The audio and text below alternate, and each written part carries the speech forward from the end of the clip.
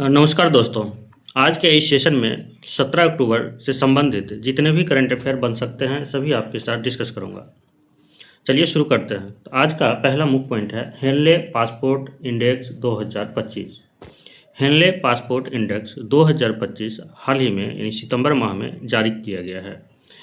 इस इंडेक्स में भारत का स्थान 50वां है और इस रिपोर्ट में प्रथम स्थान पर सिंगापुर रहा है। दोस्तों, आपको ये बात पता है कि हाल ही में जुलाई में जो हेनले पासपोर्ट इंडेक्स जारी किया गया था उसमें भारत का स्थान 77वां था। अब ये स्थान बढ़कर 85वां हो गया है। अच्छा, ये रिपोर्ट जारी किसके द्वारा किया जाता है? तो ये रिपोर्ट विदाउट बॉर्डर द्वारा जारी किया जाता है। ये रिपोर्ट प्रत्येक 3 महीना पे जारी किया जाता है, इसीलिए जुलाई के बाद अब पुनः सितंबर माह में इसे जारी किया गया है। अगला मुख्य पॉइंट है संयुक्त राष्ट्र मानवाधिकार परिषद। संयुक्त राष्ट्र मानवाधिकार परिषद में भारत को 7वें बार निर्विरोध चुन लिया गया है। दोस्तों, भारत को 2026-28 के लिए चुना गया है। संयुक्त राष्ट्र के मानवाधिकार परिषद में कुल देश 47 हैं। इसका गठन 2006 में किया गया। अगला पॉइंट है वैश्विक भूख सूचकांक 2025।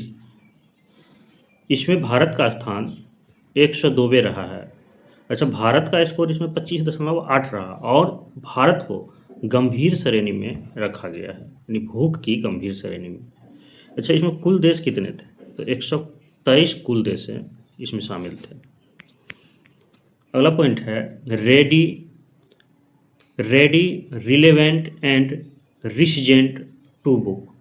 Ready relevant recent to book का लेखक वर्तमान सीडीएस जनरल अनिल चौहान है। इसका विमोचन केंद्रीय रक्षा मंत्री श्री राजनाथ सिंह द्वारा किया गया है। अगला पॉइंट है एशिया का सबसे सुरक्षित बैंक। दोस्तों, एशिया का सबसे सुरक्षित बैंक डीबीएस बैंक को घोषित कर दिया गया है। अगला पॉइंट है भारत का सबसे बड़ा एआई डेटा सेंटर। भारत का सबसे बड़ा एआई डेटा सेंटर हाल ही में विशाखापट्टनम में बनेगा।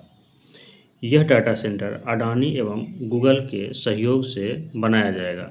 इस डेटा सेंटर के बनने के बाद भारत के जो डिजिटल इकोनॉमी है इसमें बहुत ज़्यादा उछाल आने की संभावना है, यानी कि भारत को विकसित भारत बनने के लक्ष्य जो 2047 तक निर्धारित किया गया है वो हासिल करने में यह डेटा सेंटर काफ़ी सहयोगी होगा। अगला मुख्य पॉइंट है live case dashboard. Live case dashboard ये लॉन्च किया गया है केंद्रीय विधि एवं न्याय राज्य मंत्री अर्जुन राम मेघवाल के द्वारा। अच्छा, इसका उद्देश्य क्या है? इसका उद्देश्य है जो सरकारी मुकदमे हैं उसमें पारदर्शिता लाना और दक्षता लाना। दोस्तों, जानकारी के लिए बता दें कि यहाँ पर राज्य मंत्री लिखा हुआ है। इससे क्या आपके दिमाग में चल रहा है? दिमाग में ये चल रहा है कि केंद्र में जो है मंत्री की जो रैंक होती है वो 3 होती है। 3 तरह के मंत्री केंद्र में बनाए जाते हैं। इस 3 तरह के मंत्री में एक तो होता है केंद्रीय मंत्री और दूसरा जो होता है वो होता है आपका राज्य मंत्री और तीसरा जो होता है वो होता है स्वतंत्र प्रभार मंत्री। अच्छा, तीनों में अंतर क्या है आप लोग कमेंट करके बताएं। अगला पॉइंट है भारत का जीडीपी 2025-26 के लिए पुनः अनुमानित किया गया है। तो भारत का जीडीपी आईएमएफ के अनुसार 6.6 रहने की उम्मीद है। आईएमएफ की स्थापना 1945 ईस्वी में किया गया, जबकि इसका मुख्यालय वाशिंगटन डीसी में है। आईएमएफ एवं वर्ल्ड बैंक को दोनों को जुड़वा कहा जाता है, क्योंकि दोनों का स्थापना 1945 में ही हुआ है। एक ही अमेंडमेंट के द्वारा किया गया है। दोनों का मुख्यालय वाशिंगटन डीसी में ही है। दोस्तों, अगर वीडियो पसंद आए तो लाइक करें, चैनल को सब्सक्राइब करें। मिलते हैं नेक्स्ट वीडियो में। धन्यवाद।